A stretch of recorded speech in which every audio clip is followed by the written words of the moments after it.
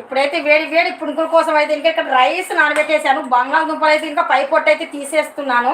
ఇప్పుడు ఇంకా మా అమ్మాయి కూడా కాలేజీ నుండి వస్తుంది ఫాస్ట్గా మమ్మీ కొబ్బరి బొండ నీళ్ళు తీసుకురావాలన్నా చెరుకు రసం తీసుకురావాలన్నా అనింది.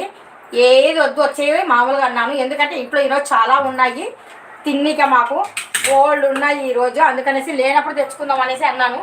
బంగాళదుంప అయితే పడిపోయింది కింద జారి, అయితే ఇంకా తీసేసుకొని మళ్ళీ తొక్క అయితే ఇంకా తీసేస్తున్నాను. మీరు కూడా లైవ్లో చూడండి. బంగాళదుంపతో మనము ఇక్కడ పునుకులు అయితే చేస్తున్నాము. అది కోటా రైస్తో ఎలా వస్తాయి అనేది చూడండి, మీకు కూడా తెలుస్తుంది. చాలామంది ఇడ్లీ పిండి మిగులుతో ఇంకా ఇడ్లీ పిండితో చేస్తారు కామన్గా. ఈరోజు అయితే నేను సరి కొత్తగా రైస్తో చేస్తున్నాను. అది బంగాళదుంప వేసి.